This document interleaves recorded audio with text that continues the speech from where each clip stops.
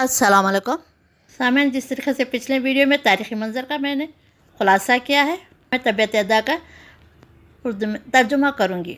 टूट गए अबू लहब के हाथ और नामुराद हो गया वो, इसका माल और जो कुछ उसने कमाया वो इसके साथ इसके किसी काम ना आया। ज़रूर वो शोला जन आग में डाला जाएगा। इसके साथ इसकी बीवी भी लगाई बुझाई करने वाली इसकी गर्दन में मौज की रस्सी होगी। सामने इस शख्स का असल नाम अब्दुल अज़्ज़ा था और इसे अबू लहब इसलिए कहा जाता था, इसका रंग बहुत चमकता हुआ सुर्ख और सफ़ेद था। लहब अगर आग के शोलों के कहते हैं और अबू लहब के माने शोला रू। यहाँ इसका जिक्र इसके नाम के बजाय इसकी कुन्यत से करने की कई वजह है। एक ज़्यादातर अपने नाम से नहीं बल्कि अपने कुन्यत से मारूफ था। दूसरे कि उसका नाम अब्दुल अज़्ज़ा बंदा उज़्ज़ा का एक मुशरिकाना नाम था और कुरान में पसंद नहीं किया कि इसे इस नाम से याद किया जाए। तीसरे कि उसका जो अंजाम इस सूर्य में बयान किया इसके साथ ये कुन्यत ही ज़्यादा मुनासिबत रखती है। तबीयत अदा अबू लहब के मानी मुफस्सिरीन ने टूट जाए। अबू लहब के हाथ बयान किए। तब्बत का मतलब यह है बयान किया है कि वह हिलाक हो जाए या वह हिलाक हो गया, लेकिन दरहकीकत ये कोई नहीं जो इसको दिया गया हो, बल्कि एक पेशन गोई जिसमें आइंदा पेश आने वाली बात को माजी के ज़रीफ़े में बयान किया है। इसका होना ऐसा यकीनी है जैसा वो हो चुकी। तो फिर वाक़या आखिरकार वही कुछ हुआ जो इस सूर्य में चंद साल पहले बयान किया जा चुका था। हाथ टूटने से मुराद ज़ाहिर है कि जिस्मानी हाथ टूटना नहीं, बल्कि किसी शख्स का अपने उसी मकसद में क़तई नाकाम हो जाना जिसके लिए उसने अपना पूरा ज़ोर लगा दिया हो। अबू लहब ने रसूल सल्लल्लाहु अलैहि वसल्लम की दावत को जिक्र देने के लिए वाकई अपना पूरा ज़ोर लगा दिया था, लेकिन इस सूरत के नुज़ूल पर 7-8 साल ही गुजरे थे कि जंगी बदर में कुरैश के अक्सर व बेशतर बड़े बड़े सरमादार मारे गए जो इस्लाम की दुश्मनी में अबू लहब के साथ ही थे। मक्के में जब इसकी शिकस्त की खबर पहुंची तो उसके तारंजवा के 7 दिन से ज़्यादा जिंदा ना रह सका। फिर इसकी मौत भी नहायत प्रतंगेज थी, जिससे उसे अदसा हो गया। इसे अंग्रेज़ी में मालगिनेट पस्टिल्स की बीमारी हो गई थी, जिसकी वजह से उसके घर वालों ने उसे छोड़ दिया क्योंकि उन्हें छूत लगने का डर था। मरने के बाद भी 3 रोज़ तक कोई इसका पास न आया, यहाँ तक कि उसकी लाश सड़ गई, इसके बो फैलने लगी। आखिरकार जब लोगों ने इसके बेटों को ताना देना शुरू किया तो एक रिवायत है कि उन्होंने कुछ हफ्शों को उजरत देकर इसकी लाश उठाई और मज़दूरों ने उसको दफन किया दिया। दूसरी रिवायत है कि उन्हें गड़ा खोदवाया और लकड़ियों की से इसकी लाश को धक्कल कर इस पर फेंका और ऊपर से मट्टी पत्थर डालकर उसे ढाक दिया। इसकी मज़ीद मुकम्मल शिकस्त इस तरह हुई कि जिस दीन की राह रोकने के लिए उसने एड़ी चोटी का जोर लगा दिया था, उसी दीन को उसके औलाद ने कबूल किया। सबसे पहले इसकी बेटी दर्रा हिजरत करके मक्के से मदीना पहुंचे और इस्लाम लाई। फिर फ़तेह मक्का के मौके पर उसके दोनों बेटे उतबा और मातब हज़रत अब्बास रज़ी अल्लाह अन्हु के वसासत से हुजूर के सामने पेश हुए और ईमान लाकर उन्होंने आपके दस्ते मुबारक पर बैत की। सामीन, अबू लहब सख्त बखील और ज़रप्रस्त आदमी था। इब्न उसैर का बयान है कि ज़माने जहालत में एक मरतबा इस पर इल्ज़ाम भी लगाया गया कि उसने काबे के ख़जाने में से सोने के 2 हिरन चुरा लिए हैं।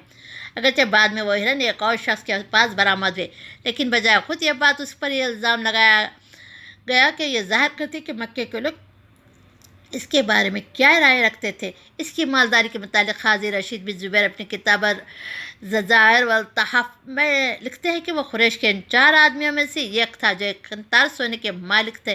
खिंतार 200 औक़िया का और एक औक़िया 3 तोले का होता है। उसकी ज़रप्रस्ती का अंदाज़ा इससे अमल से किया जा सकता है कि जंग बदर के मौके पर जबकि उसके मज़हब के किस्मत का फैसला होना हुआ था, कुरैश के तमाम सरदार लड़ने के लिए गए, मगर उसने आज बिन हिशाम को अपने तरफ से लड़ने के लिए भेजा और कहा कि उसे 4000 दरम खर्च का बदल है जो मेरा तुम पर आता है। इस तरह उसने अपने खर्च वसूल करने की भी एक तरकीब निकाल ली, क्योंकि आज दिवालिया हो चुका था, उससे रकम मिलने की कोई उम्मीद न थी। मिन माँ कसब के माज मुफस्सिर ने कमाई के मारे में लिया, यानी अपने माल से जो मुनाफा उसने हासिल किया वो उसका कसब था। बाद दूसरे मुफस्सिर ने इसे मुराद लाद ली है, क्योंकि रसूल सल्लल्लाहु अलैहि वसल्लम ने फरमाया कि आदमी का बेटा भी इसका कसब है। अबू दाऊद इब्न अबी हातिम ये दोनों माने अबू लहब के अंजाम से मुनासिबत रखते, क्योंकि जब अदसा के बर्ज में मुब्तला हुआ तो उसका माल भी इसके किसी काम ना आया, उसके औलाद ने भी इससे बेकिस की मौत मरने के लिए छोड़ दिया। उसका जनाजा तक इज्जत के साथ उठाने की औलाद को तौफीक नहीं। इस तरह चंद ही साल के अंदर लोगों ने इस पेशंगी को पूरा होते हुए देख लिया जो अबू लहब के मुतालिक इस सूरत में की गई। سامعین، اس عورت کا نام عروہ تھا، ام جمیل کی کنیت تھی۔ یہ ابو سفیان کی بہن تھی۔ یہ رسول اللہ صلی اللہ علیہ وسلم کے ساتھ عداوت میں نبی شوہر ابو لہب سے کسی طرح کم نہ تھی۔ حضرت ابو بکر کی صاحبزادی حضرت اسماء کا بیان ہے کہ جب یہ صورت نازل ہوئی تو ام جمیل نے اس کو سنا تو بپری بھی حضور صلی اللہ علیہ وسلم کے پاس کی تلاش میں نکلی۔ اس کے ہاتھ میں مٹھی بھر پتھر تھے۔ وہ حضور کی حجوں میں اپنے ہی کچھ اشعار پڑھتی جاتی تھی۔ حرم میں پہنچی تو وہاں حضرت ابو بکر رضی اللہ عنہ کے ساتھ حضور صلی اللہ علیہ وسلم تشریف فرما تھے۔ حضرت ابو بکر رضی اللہ عنہ نے عرض کیا، یا رسول اللہ، یہ آ رہی ہے، مجھے اندیشہ ہے کہ آپ کو یہ دیکھ کر یہ کوئی بےہودگی کرے گی۔ حضور نے فرمایا، مجھ کو نہیں دیکھ سکے گی، چنانچہ ایسا ہوا کہ آپ کے موجود ہونے کے باوجود آپ کو نہیں دیکھ سکی۔ اس نے حضرت ابو بکر سے کہا کہ میں نے سنا ہے تمہارا صاحب نے میری حجوں کی ہے۔ حضرت ابو بکر رضی اللہ عنہ نے کہا، اس گھر کے رب کی قسم، انہوں نے تمہاری کوئی حجوں نہیں کی۔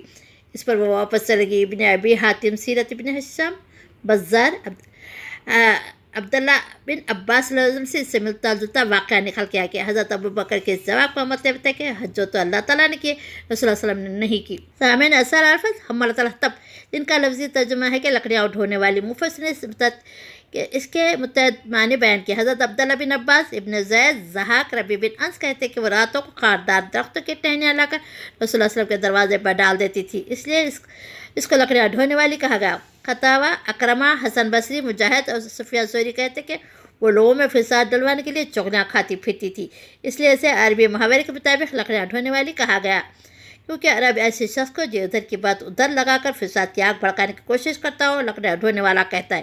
اس محاورے کے لحاظ سے حملۃ الحطب کے معنی ٹھیک ٹھیک وہی ہے جو اردو میں بی جمالوں کے معنی ہے۔ سعید بن جبیر کہتے کہ جو شخص گناہ کا بوجھ اپنے اوپر لاد رہا ہو، اس کے متعلق عربی زبان میں بطور محاورہ کہا جاتا ہے کہ فلاں یحتب علی ظہری، فلاں شخص نے اپنی پیٹھ پر لکڑیاں لاد رہا ہے۔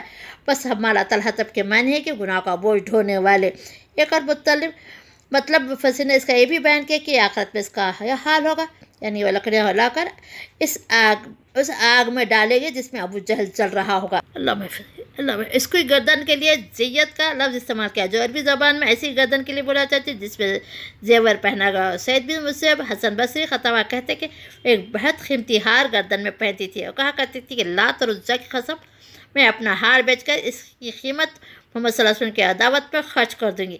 اس بنا پر جیت کا لفظ یہاں بطور طنز استعمال کیا گیا۔ اس مزین گلے میں جس کے ہار پر وہ فخر کرتی ہے وہ دوزخ میں رسی پڑی ہوئی ہوگی۔ اس طرح کا طنزیہ انداز کلام ہے جس سے قرآن مجید کے متعدد مقامات پر فرمایا گیا، بشرہم بعذاب علیم، ان کو دردناک عذاب کی خوشخبری دے دو۔ جو رسی اس کی گردن میں ڈالی جائے گی اس کے لیے حبل من مسد کے الفاظ استعمال کیے گئے، یعنی وہ رسی مسد کی قسم سے ہوگی۔ اس نے مختلف معنی اہل لغت مفسرین نے بیان کی۔ ایک قول ہے کہ خوب مضبوط پٹی ہوئی رسی کو مسد کہتے ہیں، دوسرا قول یہ ہے کہ کھجور کی چھال سے بنی ہوئی رسی کے لیے ایڑاد بولا جاتا ہے، تیسرا قول ہے کہ اس کے معنی مونج کی رسی یا اونٹ کی کھال یا صوف سے بنی ہوئی رسی، اور ایک قول میں کہ اس سے مراد لوہے کی تاروں سے بٹی ہوئی رسی۔ میں امید کرتی ہوں کہ آپ لوگ اس سورہ کے بارے میں تاریخی منظر کے ساتھ اچھی طرح سے سمجھ چکے ہوں۔ پھر میں اللہ تعالیٰ سے دعا کرتی ہوں کہ اللہ تعالیٰ ہمارے کو ایمان کی زندگی دے اور ایمان کی موت دے، جنت نعیم کے باغوں میں ہمارے داخلہ کر دے، شہداء اور انبیاء کے ساتھ ہمارا مقام کر دے، آمین یا رب العالمین۔